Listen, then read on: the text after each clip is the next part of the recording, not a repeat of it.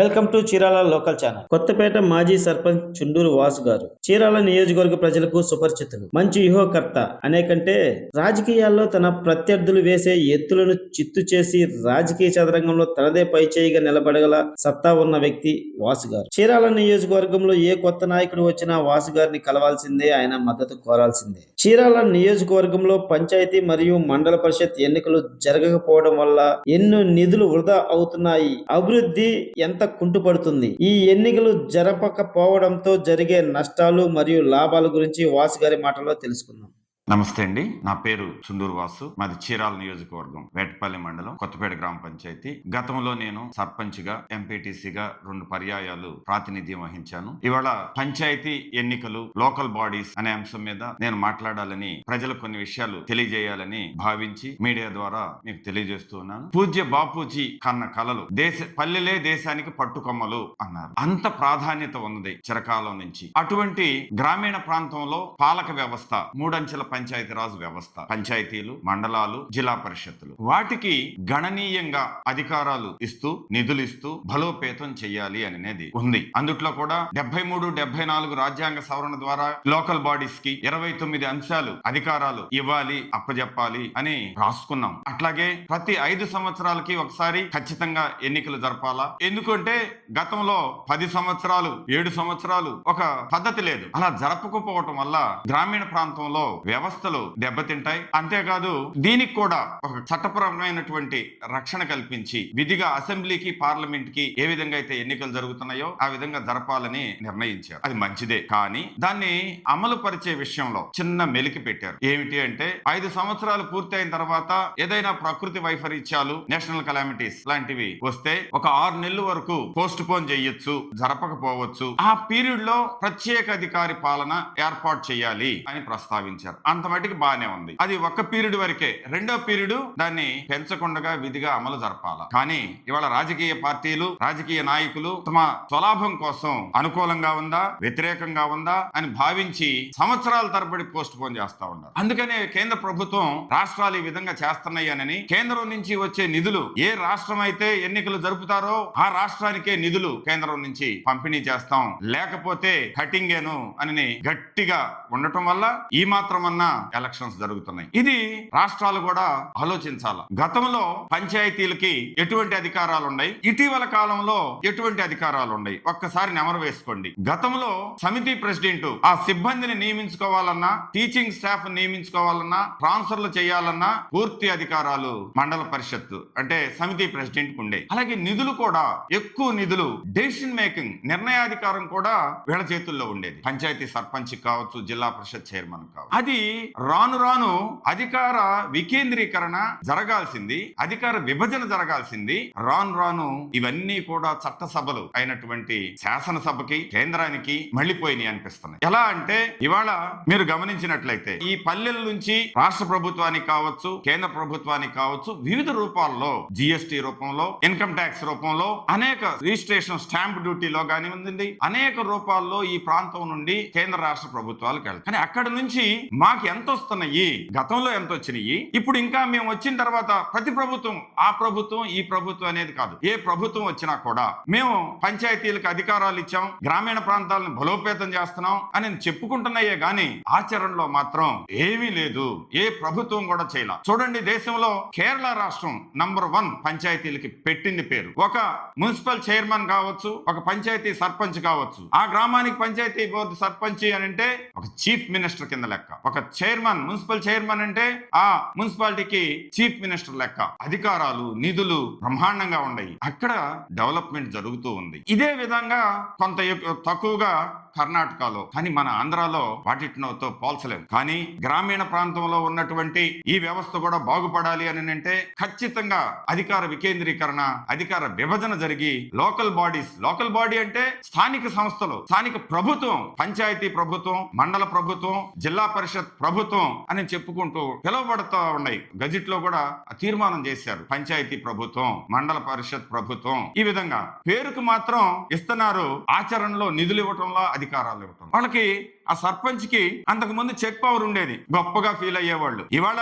2018లో అనుకుంటా మొత్తం కూడా సిఎంఎఫ్ఎస్ అనే దీంతో ఏ చెక్కు రాసినా కూడా అది రాష్ట్ర సచివాలయం దృష్టికి వెళ్ళాలా, అక్కడ వాళ్ళు అప్రూవ్ చేయాలా. మా డబ్బులేంటి, పంచాయతీ డబ్బులేంటి, పంచాయతీ సర్పంచ్ ఆ కాంట్రాక్టర్ కి అయితే జీతబత్యాలు ఇచ్చే అధికారం కూడా లేకోకుండా వాళ్ళు పర్మిషన్ ఇస్తే గాని ఇది దారుణమైనటువంటి విషయం. ఇలా అనేకం అంశాలు కటింగ్ పెట్టినాయి. కొత్తగా ఇవ్వాల్సినటువంటి అధికారాలు ఇవ్వకపోగా కటింగ్ పెట్టడం చాలా బాధాకరమైనటువంటి విషయం. అయితే ఈ ప్రాంతంలో ఇప్పుడు మరీ ముఖ్యంగా రాష్ట్ర వ్యాప్తంగా కూడా పంచాయతీ మండల పరిషత్ ఎన్నికలు జరిగితే ఈ చీరాల నియోజకవర్గంలో ఈ బాపట్ల జిల్లా, పూర్వం ప్రకాశం జిల్లా, చీరాల్లో ఎన్నికలు జరగల. ఎందుకు జరగలేదు అనేది ఒక చిన్న ప్రస్తావన. 2019లో ఇది 2013లో ఎన్నికలు జరిగినాయి. 2018తో బాడీ ముగిసింది పదవీ కాలం. 18లో జరగాల. ఆ టైంలో ఆ ప్రభుత్వం ఎన్నికలు జరపలా. కొత్తగా వచ్చిన ప్రభుత్వం ఎన్నికలు జరపాలా, వాళ్ళు లేట్ చేశారు. వాళ్ళు కరోనా ద్వారాగా 1 సంవత్సరం లేట్ చేశారు. లేట్ చేసి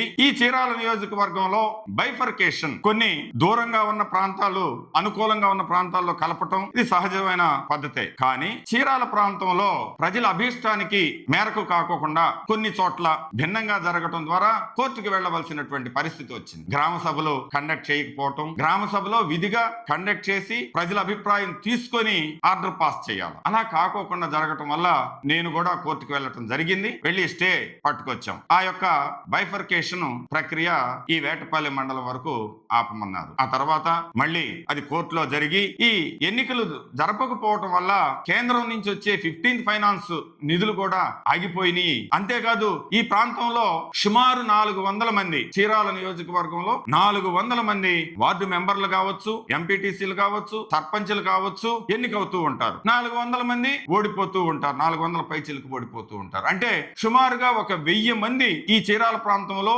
మహిళలు కావచ్చు, బీసీలు కావచ్చు, ఎస్సీ ఎస్టీలు ప్రజాప్రతినిధులు రాజకీయంగా చైతన్యవంతమైనటువంటి రిప్రజెంటేషన్ పదవిలోకి రావటం ఆనవాయితీ. అటువంటిది ఎన్నికలు జరపకపోవటం వల్ల సుమారు 1000 మంది ఈ రంగం నుంచి నిరుత్సాహానికి గురవుతూ ఉన్నారు. అంతేకాదు సమస్యలు కూడా ఇవాళ చూస్తా ఉన్నాం. గంజాయి ఎక్కువగా వినియోగిస్తున్నట్టు, పేకాట ఆడుతున్నట్టు, మందు ఎక్కడ పడితే అక్కడ తాగుతూ ఉన్నారు. వీటికి పోలీస్ కి ఇన్ఫర్మేషన్ ఇచ్చేది, గ్రామాల్లో ఏం జరుగుతుంది ఏమిటి అనేది ఆయా వార్డు మెంబరు, సర్పంచ్, ఎంపీటీసీ వీళ్ళు ద్వారాగా పోలీసులకి సమాచారం వెళ్తే అక్కడ అదుపు చేస్తూ ఉంటారు. లా అండ్ ఆర్డర్ విషయంలో కావచ్చు, థెఫ్ట్ విషయంలో కావచ్చు, అనేకం సమాచారం ఈ స్థానిక ప్రజాప్రతినిధుల ద్వారా వస్తూ ఉంటుంది. అటువంటిది ఎన్నికలు జరపకపోవటం వల్ల పోలీసులకు కావచ్చు, రాజకీయ నాయకులకు కావచ్చు, గ్రామాల్లో ఏం జరుగుతుందనే సరైన సమాచారం లేక అభివృద్ధి కూడా, లా అండ్ ఆర్డర్ తో పాటు అభివృద్ధి కూడా కుంటుపడతా ఉంది. అది చూసాం. యూప్రిపాలెంలో ఒక 3-4 నెలల క్రితం ఒక వేవర్స్ అమ్మాయి మొత్తం పారిశుద్ధ్యానికి అటు వెళ్లాలంటే భయం వేసింది. పారిశుద్ధ్యం లేవు, చెట్లు